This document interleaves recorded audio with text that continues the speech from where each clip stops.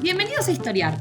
Este podcast fue creado y producido por la ASAI, Asociación Argentina de Investigadores de Historia. Un podcast sobre historia argentina, latinoamericana y mundial.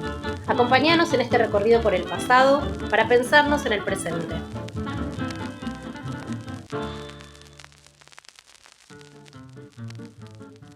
Bienvenidos a una nueva edición de Historiar, el podcast de la Asociación Argentina de Investigadores en Historia.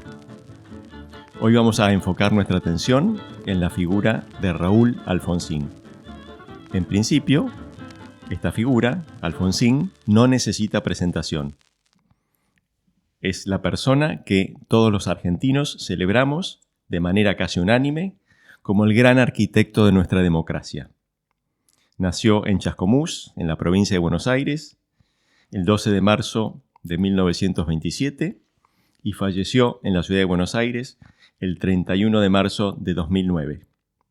Es lo más parecido a un héroe cívico que tenemos los argentinos. Es el padre fundador del régimen político que le dio a nuestro país el periodo de vigencia ininterrumpida de democracia más prolongado de toda su historia.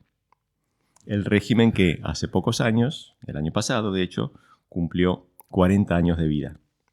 Para recorrer la vida de Alfonsín, las ideas, la política de Alfonsín, tenemos con nosotros a Pablo Gerchunov. Pablo es un personaje multifacético. Fue periodista, economista, funcionario público y luego historiador. Como historiador ha cultivado distintos géneros: la historia económica, el ensayo y, últimamente, también la biografía. Pablo es el autor de una gran biografía de Alfonsín que lleva por título El Planiferio Invertido, editado por Edasa hace un par de años, 2022. Muchas gracias, Pablo, por estar acá. Por favor, muchas gracias por la invitación, Roy. Muy bien. Quiero entonces arrancar el recorrido por la vida de Alfonsín por el comienzo. No solo porque este es un hábito de los historiadores, sino porque Chascomús es importante. Esto es lo que lo aprendí en tu libro, ¿no? Una de las cosas que aprendí es que Alfonsín nunca se fue de ese pequeño mundo, de ese pueblo, de esa ciudad de la Pampa Húmeda.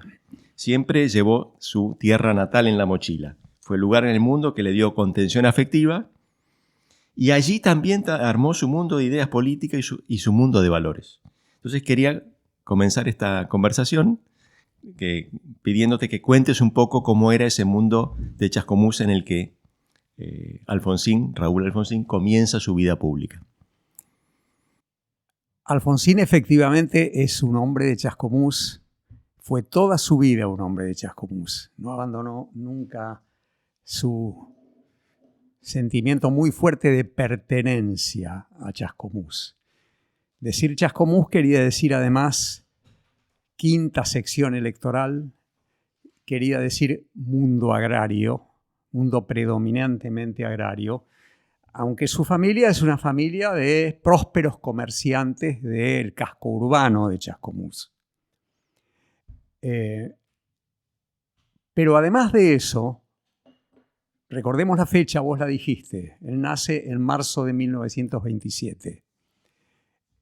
Entonces, además de eso, Alfonsín es un hombre que vive que nace y su niñez y parte de su adolescencia transcurren en un universo radical. Radical porque radical era Chascomús y radical porque radical era la Argentina, y quiero aclararlo eso, porque cuando digo 1927, muchos me podrán decir que la experiencia de la primera democracia terminó en 1930, de modo que él no podía haber pertenecido mucho a eso. Eso efectivamente es así, y fue así, es indiscutible, hasta que uno se topa con Lola Ledesma Pose. ¿Quién es Lola Ledesma Pose? Es la madre de un historiador que se llama Ezequiel Gallo. Y Lola le decía siempre a su hijo: vos entenderás mucho porque estudiás, pero yo lo viví.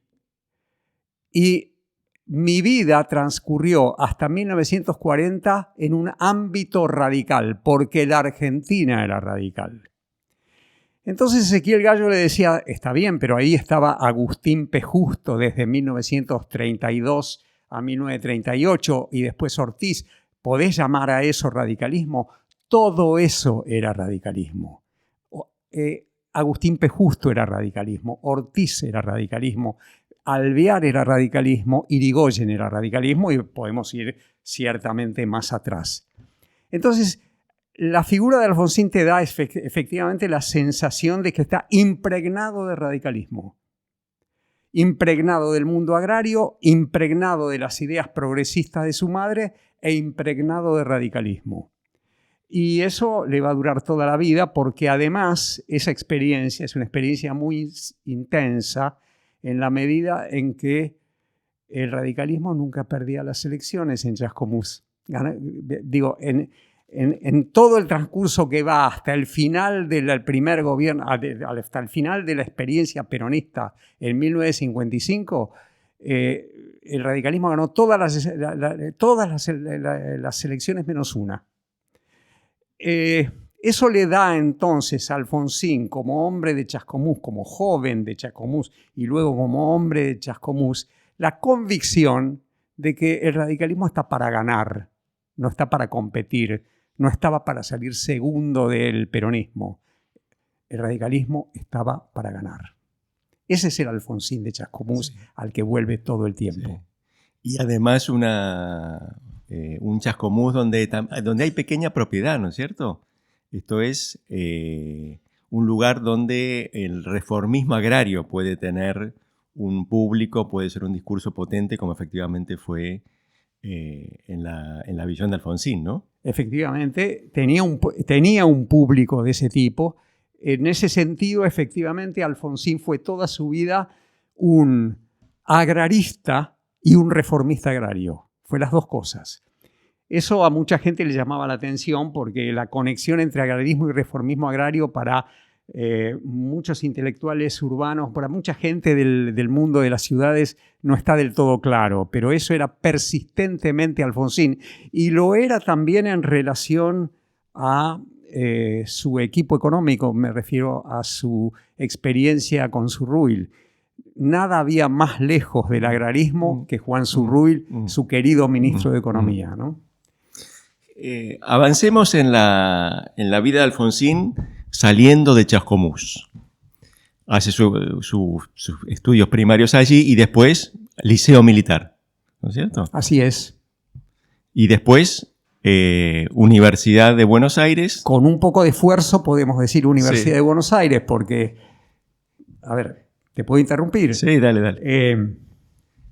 El liceo militar, desde mi punto de vista, es muy importante en la vida de Alfonsín. Quiero decir, usualmente por su experiencia de gobierno se suele colocar a un costado su paso por el liceo militar. Y yo creo, sin embargo, que ese liceo militar fue muy importante, entre otras cosas, porque buena parte de sus compañeros fueron funcionarios muy relevantes de la dictadura militar de Videla.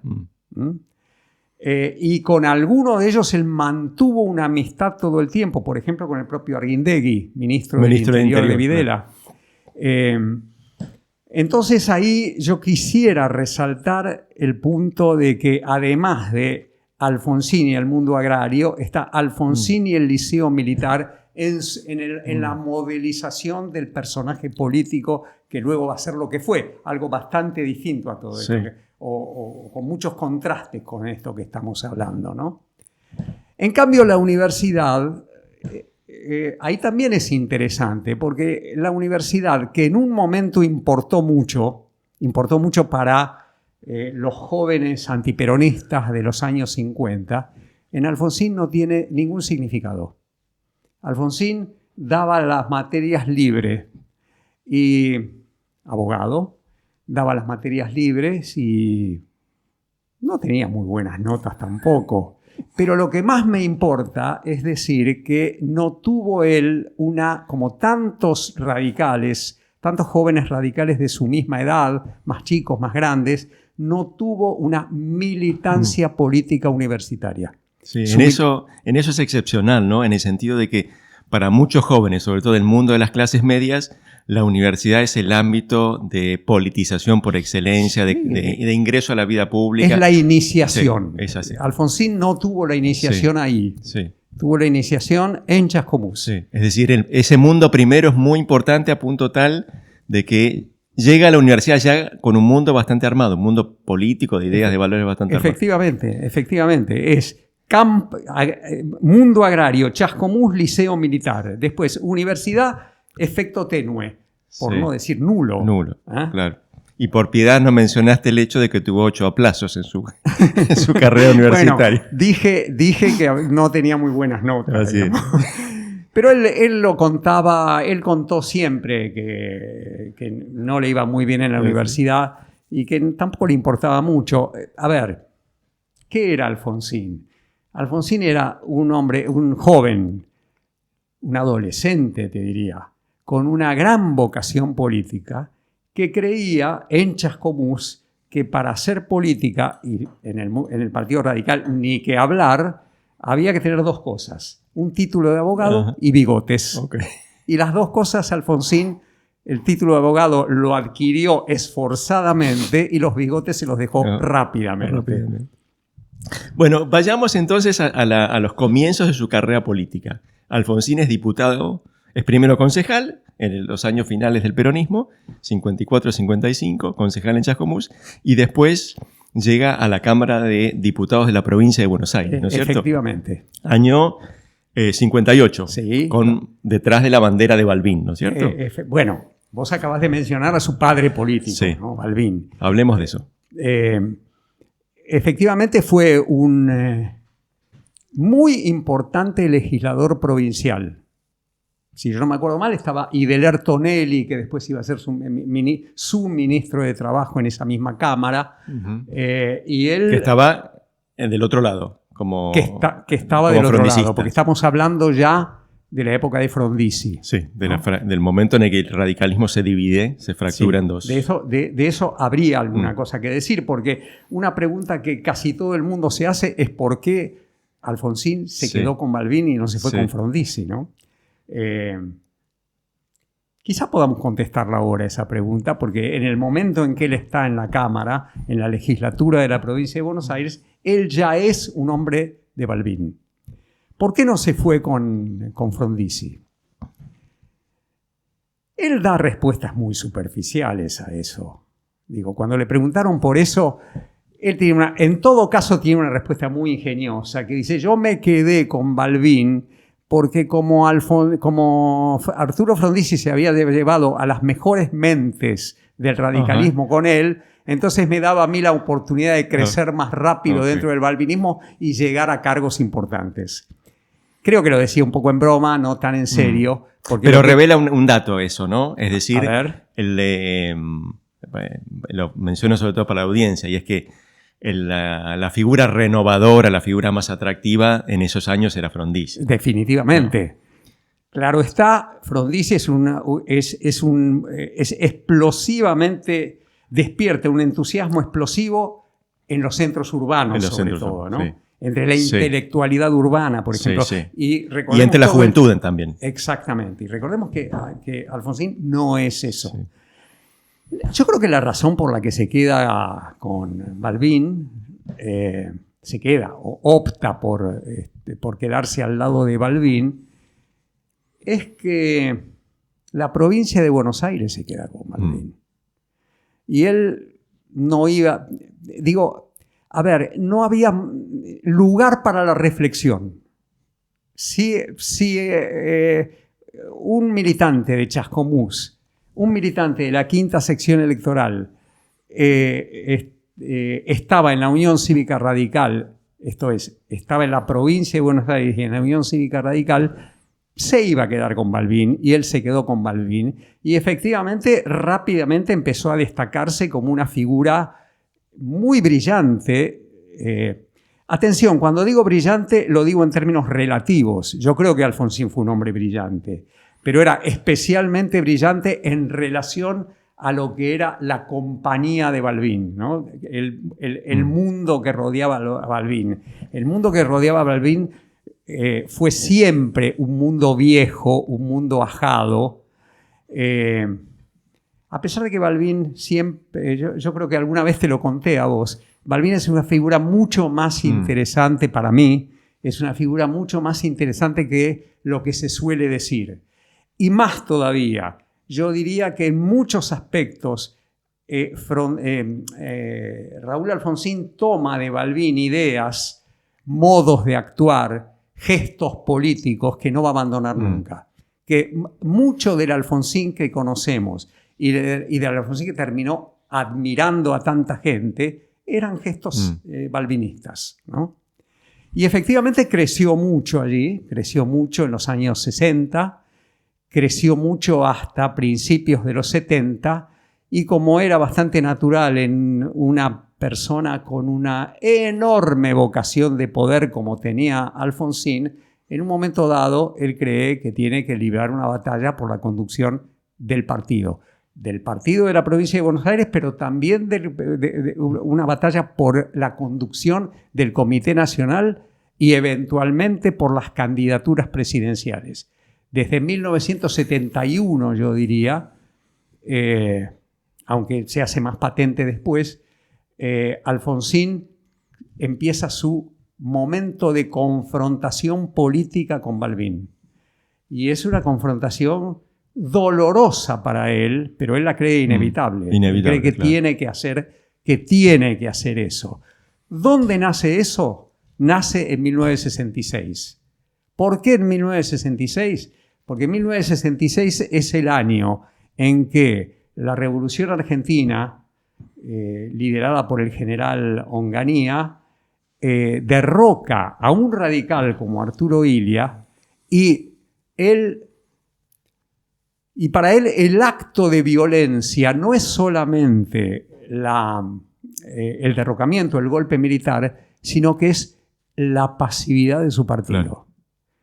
En 1966, la pasividad de su partido le hace pensar qué es esto y qué puedo hacer yo para movilizar esto, para darle vida, para abrir las ventanas y que entre aire fresco. Fíjate que esto es 1966.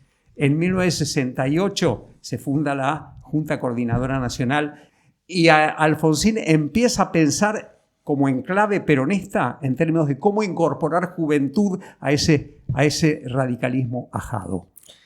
Agrego a lo que venís diciendo que ya para entonces Alfonsín no es una figura nacional, pero está en el escenario político nacional porque ha llegado al Congreso en el 63, tiene una cierta gravitación en la bancada radical. Tiene mucha influencia, efectivamente, en la bancada radical. Y entonces ya está pensando en otros términos la política, no solo en la política provincial, mucho menos la local.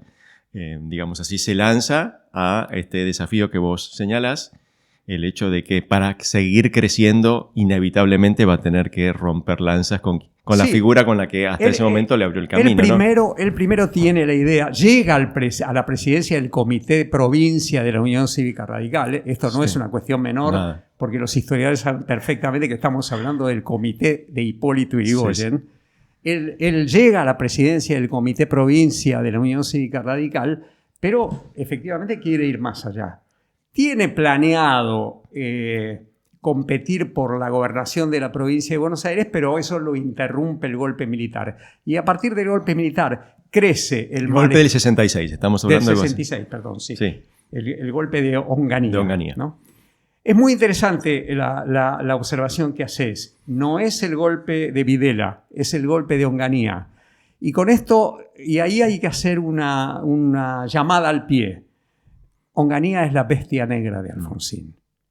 Si imaginás despertarlo en medio de la noche y preguntarle cuál es su bestia negra, si Videla o Onganía, él iba a decir Onganía. ¿Y por qué? ¿Por qué? Porque Onganía, primero porque habían derrocado un gobierno radical, empecemos por ahí. Pero segundo porque era la expresión del corporativismo. Y con esto quiero decir algo, es una imagen que se acerca al Uriburu que había derrocado a Yrigoyen.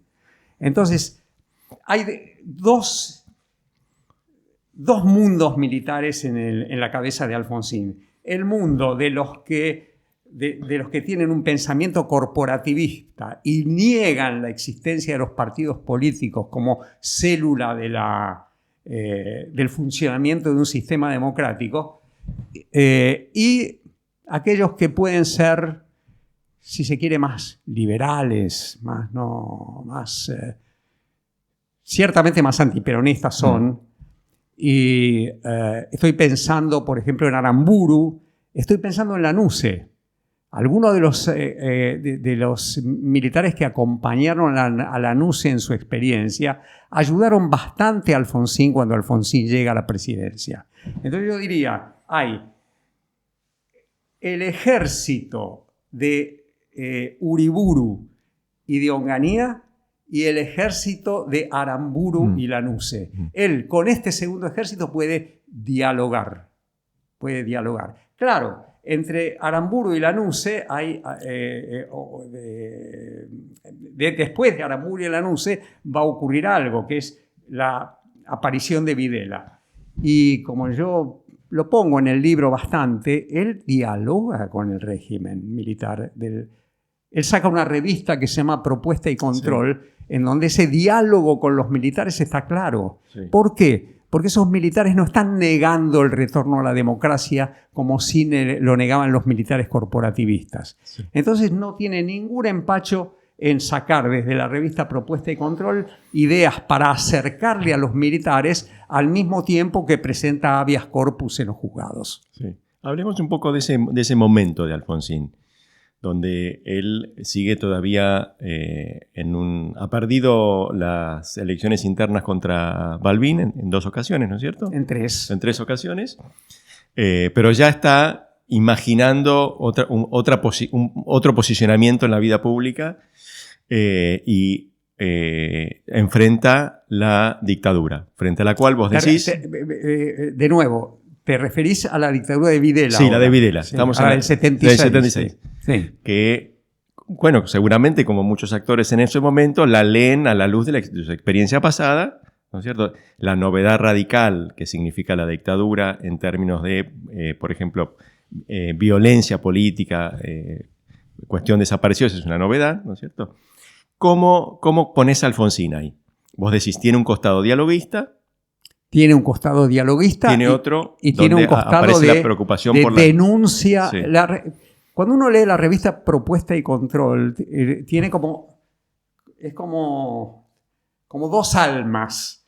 Un alma que sutilmente propone el diálogo con los militares. De hecho, le escriben una carta a Videla, una carta bastante untuosa, te diría, proponiéndole salidas democráticas para el proceso de reorganización nacional, y un alma de lucha contra la violencia terrorista de Estado. Alfonsín es las 2 cosas al mismo tiempo. Hay que tener bastante ingenio y hay que saber cabalgar un potro para hacer esas 2 cosas al mismo tiempo, ¿no? Mucha gente le ha criticado, pero muchos de los jóvenes le han criticado la salida de la revista Propuesta y Control. Él siempre defendió durante su vida, que esa revista cumplió un papel y efectivamente hubo diálogo, inútil, él lo supo inútil, por eso lo interrumpe en 1978 y a partir de ese momento de 1978 va a ser crecientemente, pero no solamente un hombre de los derechos humanos.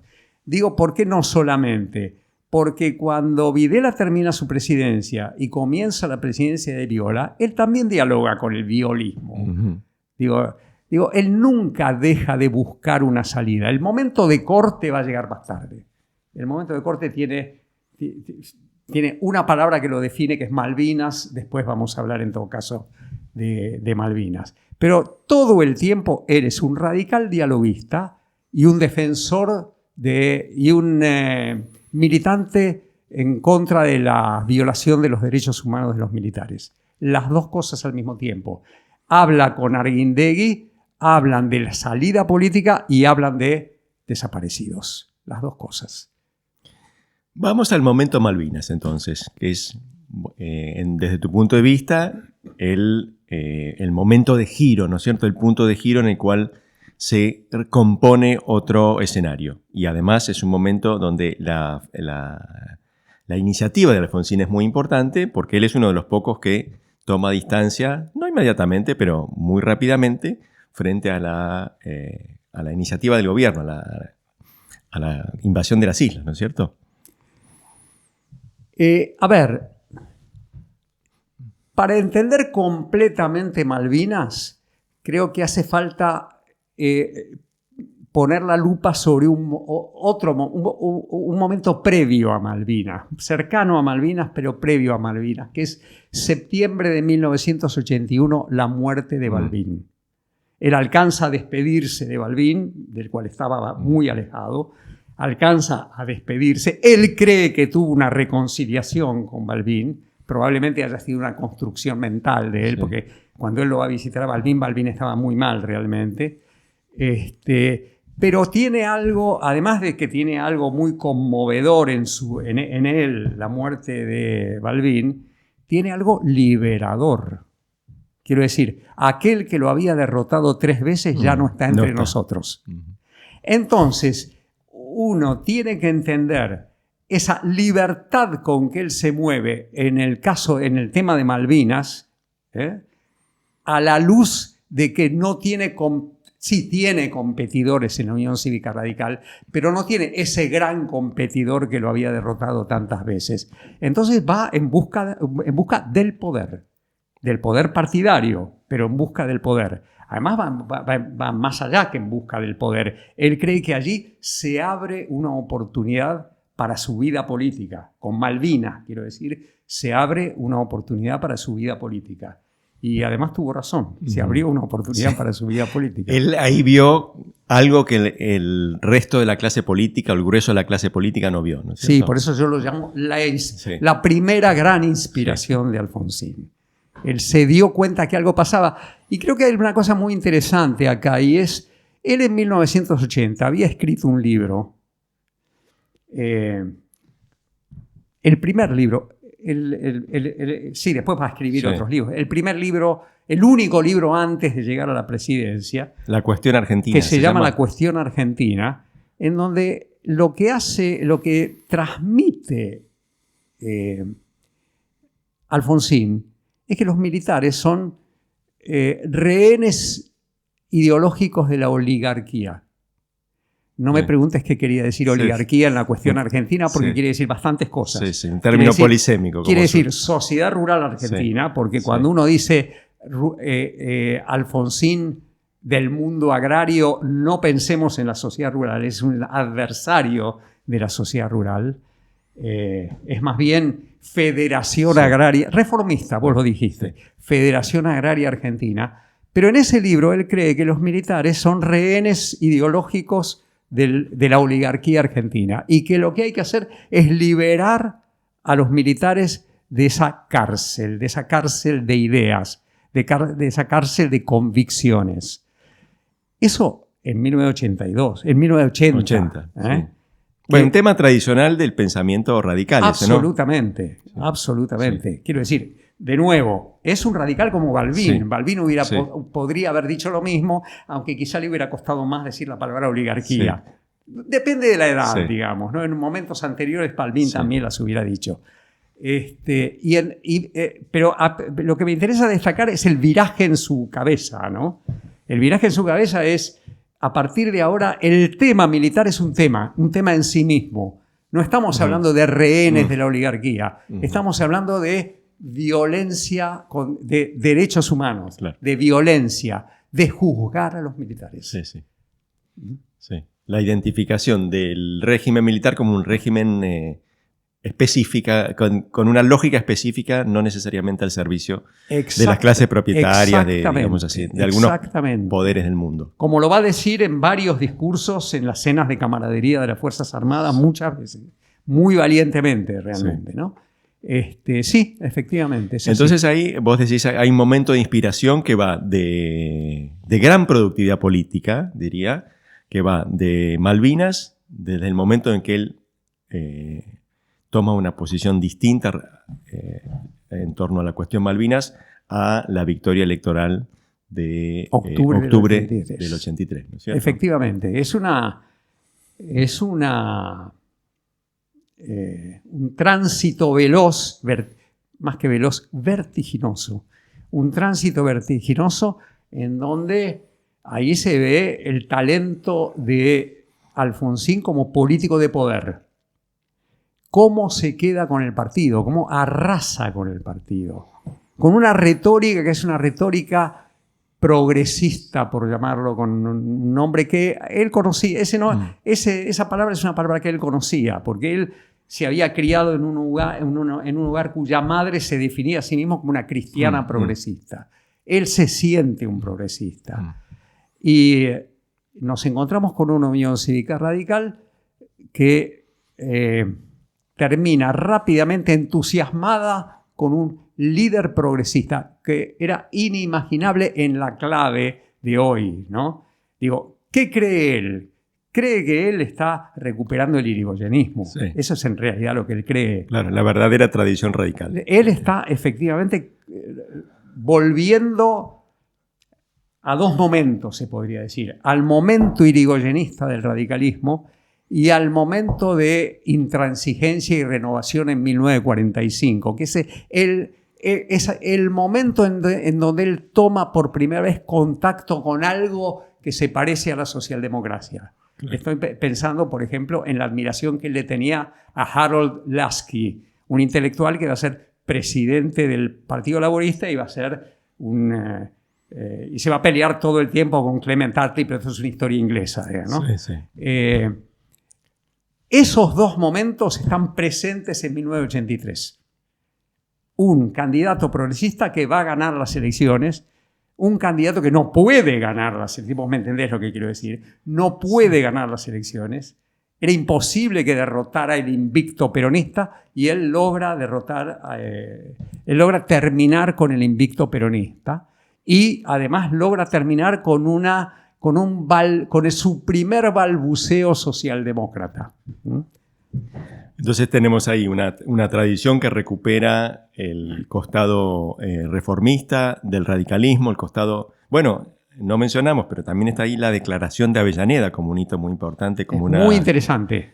Déjame decirte a propósito de la Declaración de Avellaneda que vale la pena leer la Declaración de Avellaneda. Estamos hablando del documento programático de 1945. Del movimiento de integración, del movimiento de intransigencia y renovación. Perdón. Decía que es muy interesante leerlo, porque hay muchas ideas de Alfonsín que son ideas que están ya presentes ahí. Por ejemplo, el parlamentarismo.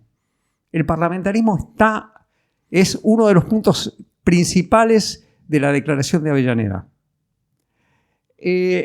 Su mirada sobre la economía, de la Declaración de Avellaneda, a la que por molicie la mimetizamos con el peronismo, es bastante distinta al peronismo. Es bastante más, vamos a usar términos del presente, bastante más procapitalista. Casi que no se nota mirada desde hoy, pero si uno se coloca en aquel momento, era una diferencia. Y era una diferencia que no venía del unionismo, no venía del viejo alvearismo, venía del movimiento de intransigencia y renovación, ¿no? Todo eso se junta en 1983 y plasman una figura política. Una figura política que tiene un proyecto institucional y un proyecto de poder. Primero, un proyecto humanista, diría yo, que es terminar con la violación de los derechos humanos y juzgarlas. Un proyecto de poder y un proyecto institucional, ¿no? Muy bien, Pablo. Antes de avanzar, hacemos una pequeña pausa. Este es el podcast de ASAI, la Asociación Argentina de Investigadores en Historia. Te invitamos a asociarte y a seguirnos en las redes, en Twitter, en Facebook, en Instagram. Podés encontrar toda la información sobre la asociación en nuestra página, asai.org.ar. Te esperamos todos los sábados con un nuevo episodio de Historiar sobre los grandes temas de nuestro pasado, abordados por especialistas e historiadores profesionales de manera rigurosa y cordial. Seguimos con nuestro episodio de hoy. Estamos hablando sobre la biografía de Raúl Alfonsín con Pablo Gerchunov. Y retomo entonces y le pido a Pablo que giremos la atención hacia la victoria electoral del 83 y la presidencia de Alfonsín. Primer pregunta, ¿por qué ganó Alfonsín? Hace unos minutos vos decías, había un axioma en la política argentina que va de los 40 a los 70, que es en elecciones libres el peronismo es invencible. Y ese axioma es destruido o puesto en cuestión por primera vez en esa elección del 30 de octubre del 83. ¿Por qué pasó eso? Hay dos respuestas que yo tengo en mente todo el tiempo, dos respuestas posibles. Una es que él acertó con la agenda. Con esto quiero decir la agenda de los derechos humanos y la recuperación de la República Perdida. Vos sabés que esto de la República Perdida yo no lo creo mucho pero es una discusión sobre los años 20, sobre el 16 al 30. Y hay otra respuesta, y es que la trágica experiencia peronista del 74 y el 75 están frescas, están cerca. Y yo si tengo que pronunciarme intuitivamente sobre qué predominó, yo creo que predominó en la memoria del desastre peronista por sobre la agenda de los derechos humanos. No quiero decir que la sociedad no haya tomado para sí la bandera de los derechos humanos, pero yo creo que lo que decidió la presidencia no fue eso, sino que aquello fue un desastre. Y más todavía, presentan de candidato a Ítalo Argentino Luder, que había sido un personaje central en 1975. Entonces me parece que en ese sentido, por decirlo técnicamente, los peronistas se la sirvieron regalada. Y se la sirvieron regalada por otra razón. Todo esto, yo en 1983 ni se me ocurría pensarlo de este modo, ¿no? Se la regalaron por otra razón, y era la predominancia de la CGT, de Lorenzo Miguel, de la Unión Obrera Metalúrgica en la conducción del Partido Justicialista. Yo creo que eso volvió porque además también habían sido protagonistas muy fuertes del 75. Entonces yo creo que todo eso hizo que mucho voto se transfiriera, mucho voto marginal, por supuesto, pero suficiente para que él ganara, se transfiriera del peronismo a esa novedad. Siempre gana un outsider, finalmente. Estamos diciendo que ganó un outsider. Sí. Bueno, no sé si un outsider, pero en todo caso, parte de la respuesta a la pregunta es el peronismo hizo lo suyo para perder esa elección. Yo creo que ¿cierto? sí. Yo creo que fue muy importante lo que él hizo en términos de una construcción institucional y juzgar a los responsables de la violación de los derechos humanos, y eso va a durar mucho tiempo, pero en aquella coyuntura yo creo que el recuerdo del gobierno peronista, del Perón agónico y de Isabel hicieron mucho para que en el 83 ganara Alfonsín. Sí, la agenda de derechos humanos es todavía una promesa. No es más que eso, ¿no? No sabemos qué va a ser. No sabemos. Ha prometido algo que es mejor que lo que ha prometido el candidato Luder. Eso sin duda. No es mucho más que una promesa. Giremos la atención hacia el gobierno de Alfonsín. Sí. Ahí hay como tres temas grandes, ¿no? Tres andariveles para mirar. Uno es la política de derechos humanos, otro es la relación con el peronismo y sobre todo con el mundo sindical que él se propone reformar. Y la tercera es el problema o la cuestión de la economía, para decirlo rápido, ¿no? Derechos humanos, mundo sindical y economía. Y economía, perdón. Sí. Derechos humanos. Aquí a mí me parece interesante lo contingente, ¿no? La historia. Lo contingente. Le sale todo mal. Quiero decir, a ver, él tiene un aparato conceptual montado por sus propias ideas y por las ideas de los intelectuales que lo acompañaban desde la filosofía del derecho. Estoy hablando básicamente de Carlos Nino y Jaime Malamud Gotti, que eran los tres niveles de responsabilidad. Sí. Y bueno, no importa, no vamos a entrar en detalles, pero... 3 niveles de responsabilidad, claro, quiere decir los que dieron las órdenes, los que las cumplieron, los que cometieron excesos. ¿No es cierto? Exactamente. Y que finalmente, si uno se coloca al final de la historia, quiero decir, cuando se aprueba la ley de obediencia debida, es más o menos lo que termina saliendo. Sí.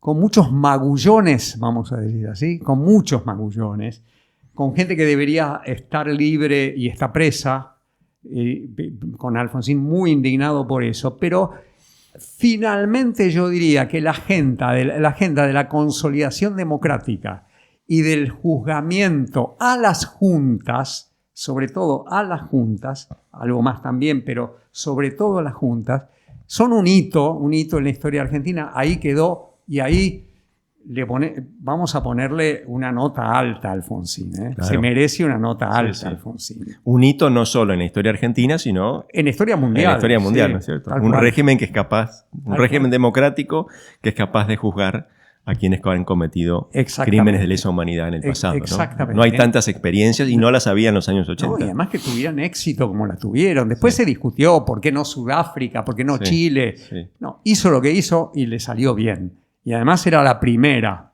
¿no? La primera experiencia de salir a juzgar atrocidades de este tipo.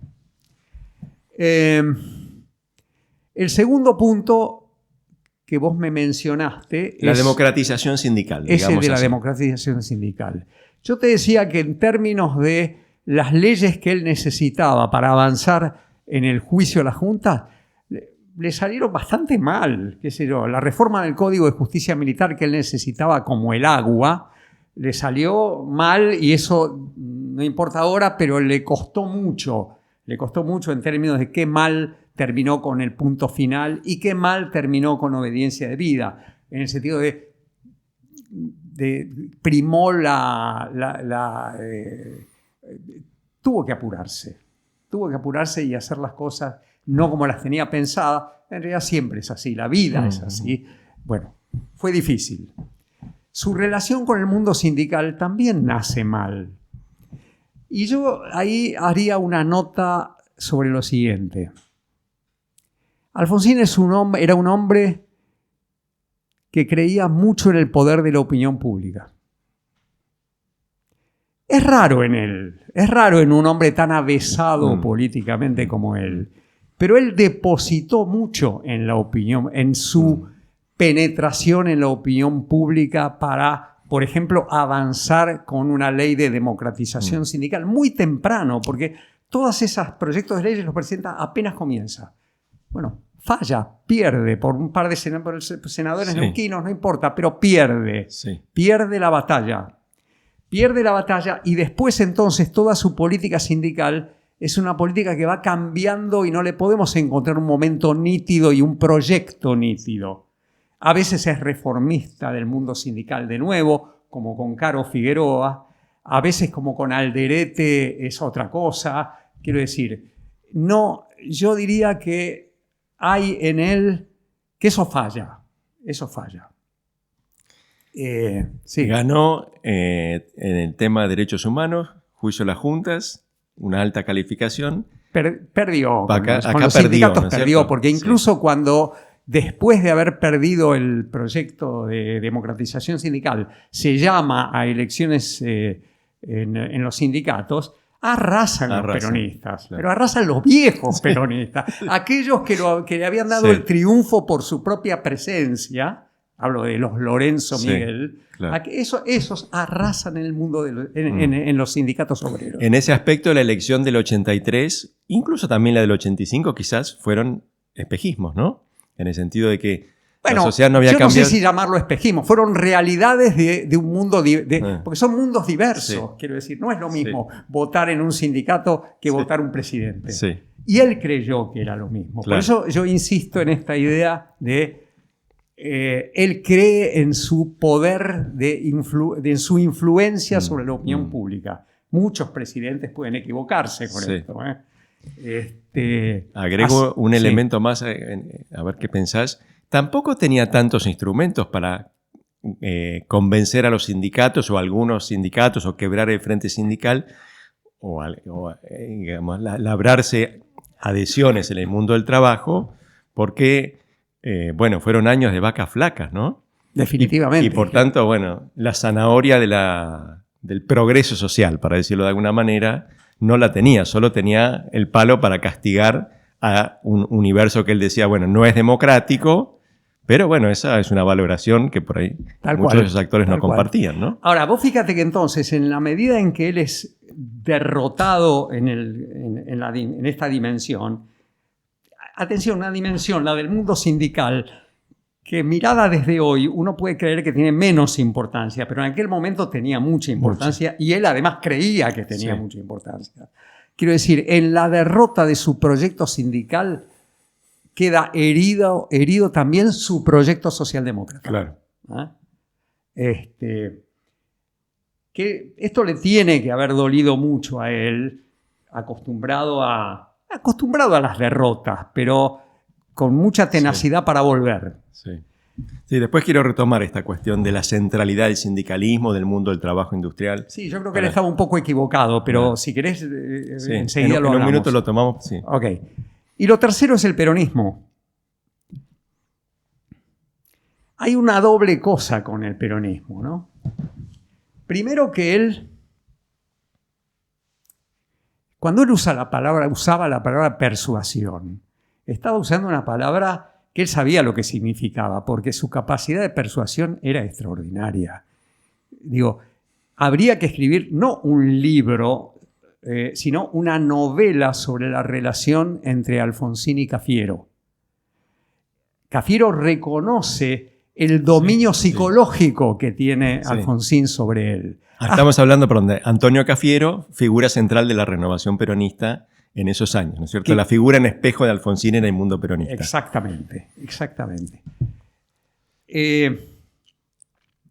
1985, fíjate que es el momento glorioso de Alfonsín. Así como un momento de inspiración, hay un momento de gloria. Pero primero vayamos a la economía. La economía empieza mal, pero tiene un momento bueno, que es cuando lanza el Plan Austral, en medio de la crisis de la deuda que él hereda. Y que hace, te diría, visto a la distancia, imposible su proyecto socialdemócrata. Digo, pero bueno, tenía todo el derecho del mundo a soñar. Entonces, con el peronismo, él primero logra ese efecto de mimetización del peronismo con el estilo alfonsinista. Y yo diría, cuidado, no solamente por Cafiero, lo diría por el conjunto del peronismo. Y hasta diría que eso también existió en Menem. Menem, obviamente, después de la hiperinflación, llega a la presidencia, es otra cosa. Sí. Pero todo el mundo político cambia al influjo de las ideas y del proyecto alfonsinista. Sí, sí. Ese es un buen indicador del éxito de Alfonsín, exactamente. ¿no es cierto? Que obligó a sus rivales a jugar un juego con un lenguaje que era el que él había impuesto. Por lo cual yo diría que en la primera batalla que vos me planteaste yo pongo local, en la segunda pongo empate, y en la tercera, en la segunda pongo visitante, y en la tercera quizá ponga empate, porque el peronismo nunca volvió a ser lo que era, ni siquiera con el kirchnerismo, nunca volvió a ser lo que era después de la experiencia de Alfonsín. Yo creo que la experiencia de Alfonsín influye mucho en un cambio en la relación entre peronismo y democracia liberal. Sí, sí, sin duda. Sí. Mucha gente no le va a gustar lo que digo, pero yo creo que ni siquiera el kirchnerismo tiene una confrontación con la democracia liberal del tipo del que había tenido el peronismo de Perón. Sí, sí. Incluso el último peronismo, ¿no? Es de otra naturaleza. Exactamente. Así que, como dijimos, local, visitante, empate. Empate. ¿No? Vayamos a la gran derrota, entonces. La economía. La gran derrota es la economía. ¿Por qué? Porque, lo voy a decir resumidamente, yo creo que Alfonsín entendía poco. No, o diría, Alfonsín entendía muy poco y nosotros, perdóname el nosotros, no debería como historiador decirlo, pero bueno, el equipo económico entendía bastante poco. Esto es algo que yo sé que es muy controversial. Yo no soy de los que creen que había un mundo de sabios tecnocráticos, economistas, a los cuales Alfonsín y la Unión Cívica Radical no les prestaron atención en sus consejos.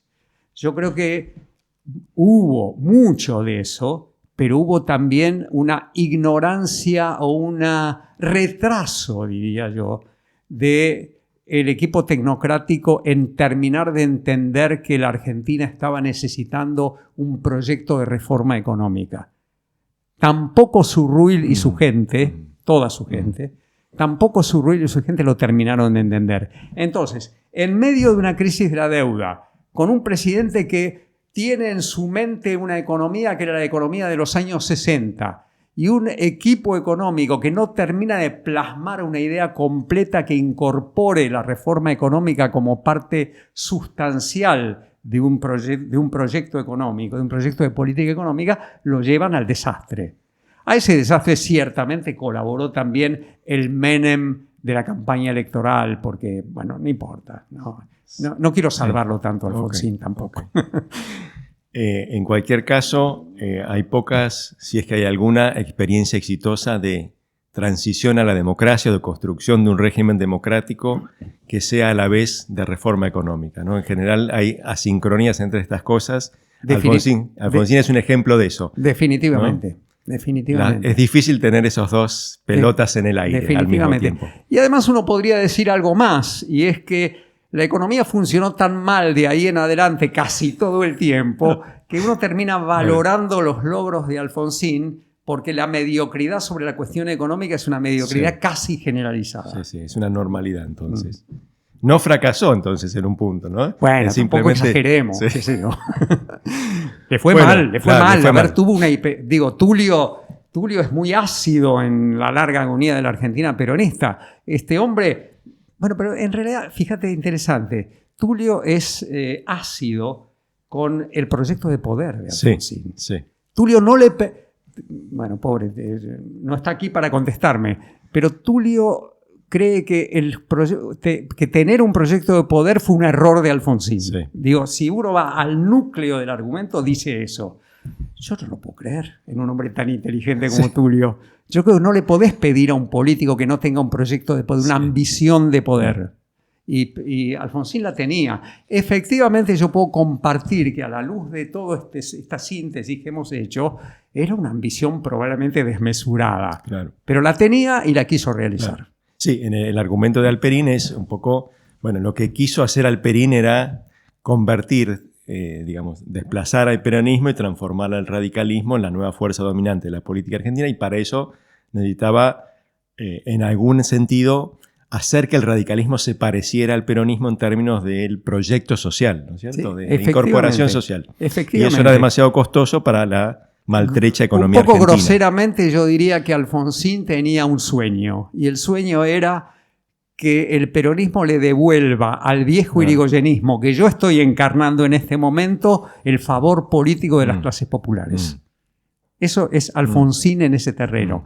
Entonces sí, tiene razón Tulio Alperindongui, es un proyecto desmesurado. Sí. Y salió mal. Sí. Bueno, entonces digamos algo sobre el final de la presidencia de Alfonsín, que como vos recién marcabas, terminó en una situación de crisis muy profunda y obligó a Alfonsín a retirarse del poder antes de tiempo, ¿no? Sí, y yo te agregaría una cosa. En medio de una situación militar de emergencia, crítica, porque muchas veces se habla de Alfonsín y derechos humanos y se termina en el momento en que se vota obediencia debida. Pero el vía crucis de Alfonsín después de obediencia debida es tremendo, con un comandante del ejército yendo primero diciendo mis banderas son las banderas de Semana Santa, segundo yendo a visitar a Videla y Viola en la cárcel y llevándoles una voz de aliento, ¿eh? Y estoy hablando del general Caridi, que fue su penúltimo, si no me acuerdo, penúltimo o antepenúltimo comandante en jefe, ¿no? Es muy tremendo el final. Y es notable lo poco que se habla del costado militar del final de Alfonsín. Se habla mucho de la tablada a veces, Sí. pero no se habla de el desafío permanente del mundo militar. ¿Para qué? Para que terminara dándole la amnistía también a los comandantes. ¿Apoyados por quién? Apoyados por Menem, que quería destruir completamente, políticamente, a Alfonsín, haciendo que fuera él el que diera los indultos que terminó dando Menem. Bueno, se fue del gobierno sin dar los indultos. Pero se fue de manera anticipada en el marco de una crisis cambiaria y una crisis hiperinflacionaria. Un desastre económico. Un desastre económico. Un desastre económico, una hiperinflación. Nosotros a veces no terminamos de entender lo que quiere decir una hiperinflación y lo que significa para la vida de una sociedad. Pero eso fue de verdad tremendo. De todas maneras, toda la vida política de Alfonsín, siendo que terminó como terminó, no se interrumpe. Ese no es el final de la vida política de Alfonsín. No sé si es el momento de hablarlo, pero su intervención en la reforma constitucional de 1994 es una cosa muy notable. Sí. Digamos algo sobre eso. Es decir, Alfonsín en el 89 se retira. Ese es un momento en el cual su prestigio está por el suelo. Sí, nada, no existe. No puede salir a la calle. Sí, él cree que existe. ¿eh? Sí. Él cree que existe. Él se niega a aceptar el golpe durísimo sobre su popularidad provocada por el desbarajuste económico. Y eso marca prácticamente toda la década del 90, ¿no es cierto? Totalmente. En el medio de la cual, sin embargo, tiene esta intervención muy importante que vos señalás. Que es la reforma iniciativa de la reforma constitucional.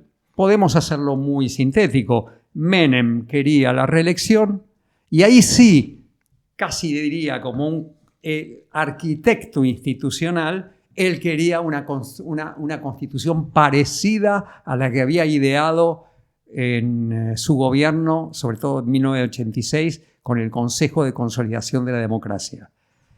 Una reforma parlamentaria, no terminó siendo una reforma parlamentaria, pero terminó siendo una reforma muy interesante, con muchos contenidos nuevos y además con un cambio en el de esto se habla poco, con un cambio en el balance de poder en contra del peronismo. Sí. A largo plazo. A largo plazo. Tercer senador y autonomía para la ciudad de Buenos Aires, ¿no es definitivamente. cierto? Lo segundo es notable. Sí, Nosotros tuvimos dos y balotage, ¿no? Sí.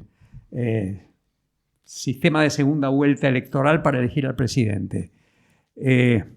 Las dos personas que llegaron al gobierno al calor de la reforma del 94, que son De la Rúa y Mauricio Macri, nunca se lo agradecieron. Sí.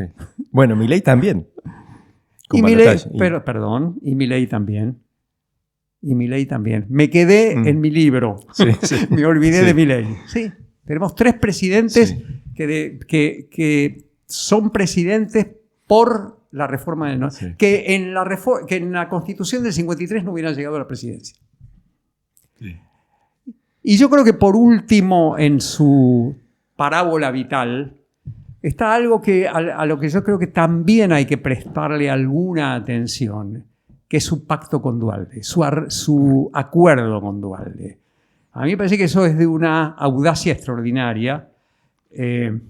Estamos hablando del acuerdo que establece tras la crisis de la convertibilidad. ¿No es efectivamente, es la crisis de la convertibilidad 2001, con la crisis 2002. de la convertibilidad, es la quiebra de la convertibilidad.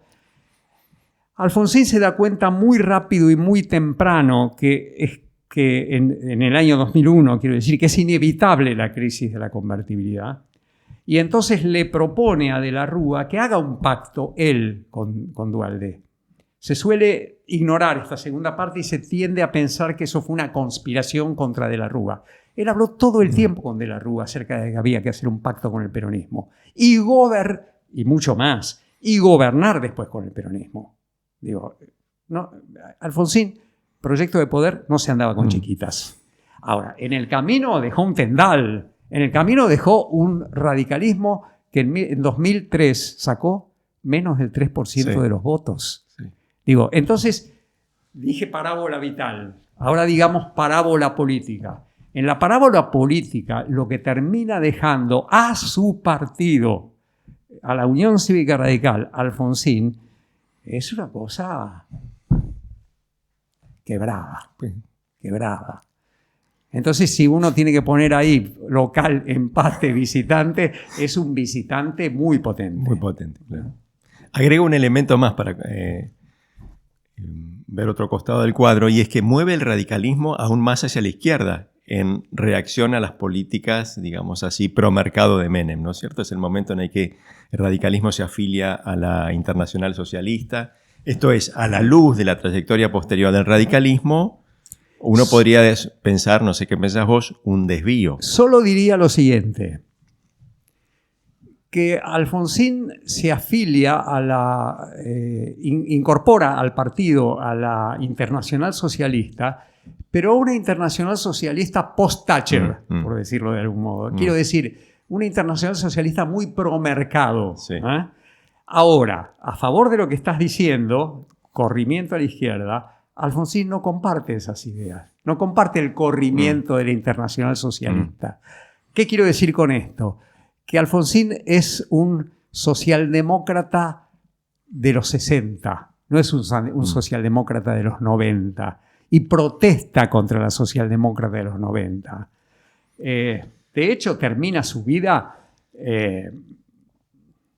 independientemente de sus últimas intervenciones políticas, como la candidatura de Lavagna, ¿no?, que él promovió mucho, termina su vida política dedicando mucho a una confrontación interna dentro de la socialdemocracia, muy respetado, Alfonsín muy respetado dentro de la Internacional Socialista, pero él peleándose contra los Tony Blair y contra los Felipe González también. Y así termina su vida. Sí. En un punto, vos decías, es un hombre de la década de 60. Su manera de pensar... la economía y la sociedad. La economía y la sociedad. Yo creo que vos estabas por decir algo. Eso, quería una reflexión tuya en esta dirección. Es decir, él, cuando llega a la presidencia, dice, bueno, mi proyecto ¿cuál es? Es una suerte de peronismo con instituciones democráticas. Sí, tal cual. Democracia y justicia social. Democracia y justicia social. Y yo al comando. Claro. Y una de las premisas de esa visión es la economía argentina es una economía con sectores trabajadores bien integrados, una economía que, bueno, hoy tiene sus problemas, pero que podemos seguir haciendo navegar en una dirección parecida a la que venimos navegando desde hace un par de décadas. Y vio poco el cambio social que se estaba produciendo en esas décadas. Exactamente. Yo creo que ya no era eso. Yo creo que ya no era eso. Yo creo que él, cuando plantea la reforma, la democratización sindical, todavía está pensando en una sociedad de los años 50 y 60, así como lo va a transmitir en la Internacional Socialista, un socialdemócrata de los 60. ¿Qué quiere decir esto? Quiere decir un partido, el movimiento obrero cercano o afiliado al partido. Él ve mucho las cosas de este modo. Por supuesto que no va a creer nunca que el mundo obrero se va a afiliar a la Unión Cívica Radical, pero él quería cortejar al mundo del trabajo. E incluso al final de su vida termina cortejando al mundo del trabajo con el cual se había peleado toda la vida. Sí. Es decir, él termina abrazado en 2002 con Ubaldini. Sí. Reconciliados con esos viejos enemigos. Con Luisito, ¿no? Barrio Nuevo, quiero decir. Bueno, en fin. Era un político que entendía... Eso en realidad demuestra bastante flexibilidad de él, porque no es que él hubiera abandonado sus banderas, pero sabía que para salir de la convertibilidad necesitaba de una coalición tan amplia como eso. Y la pregunta fundamental en este momento de proyecto de coalición Alfonsín-Duhalde es, y por eso creo que saca el 3% de los votos o menos, es si los... El candidato era Leopoldo Moró, si mal no recuerdo. Exactamente. Leopoldo Moró, que sí creía en eso. Y sigue creyendo en eso. Sigue creyendo en eso. Pero él creo que subestimó el alma del votante radical. Él se casó con su proyecto y siempre pensando en su influencia sobre la opinión pública, en este caso su influencia sobre el votante radical, creyó que el votante radical lo iba a seguir. Y el votante radical estaba muy lejos de querer amigarse con los Lorenzo Miguel. No era eso. Y creo que se demostró años después, ya con Alfonsín fallecido, ¿no? A la luz de estas últimas reflexiones, ¿no?, que muestran a Alfonsín como una figura cuya visión de la sociedad, cuya visión de la economía, hoy podemos ver como, no sé si arcaica, pero digamos así, pasada de moda, para decirlo de alguna manera. Sí. Y para ir cerrando, ¿cuál te parece que es el legado de Alfonsín? ¿Qué tiene para decirnos su trayectoria política, su figura, para los combates de la democracia de nuestro tiempo? A mí me parece que Alfonsín es efectivamente, termina siendo lo que no quiso ser. ¿Qué quiero decir con esto? Termina siendo algo y él quería ser mucho más que eso. Cuando uno mira a Alfonsín y lo que deja, uno no puede sino decir que fue un extraordinario arquitecto institucional. Estoy hablando de la consolidación del proceso democrático, de los juicios por los derechos humanos y de la reforma constitucional del 94. Ahora, si imaginariamente en este momento estuviéramos hablando con Alfonsín, él sentiría un gusto amargo con esta descripción, porque un hombre con el proyecto de poder de Alfonsín quería otra cosa para sí mismo. Y a él le hubiera esto que a nosotros probablemente nos parezca extraordinario, a él le parecía insuficiente. Bueno, muchas gracias, Pablo. Muchas gracias. Un placer charlar con vos. Un abrazo.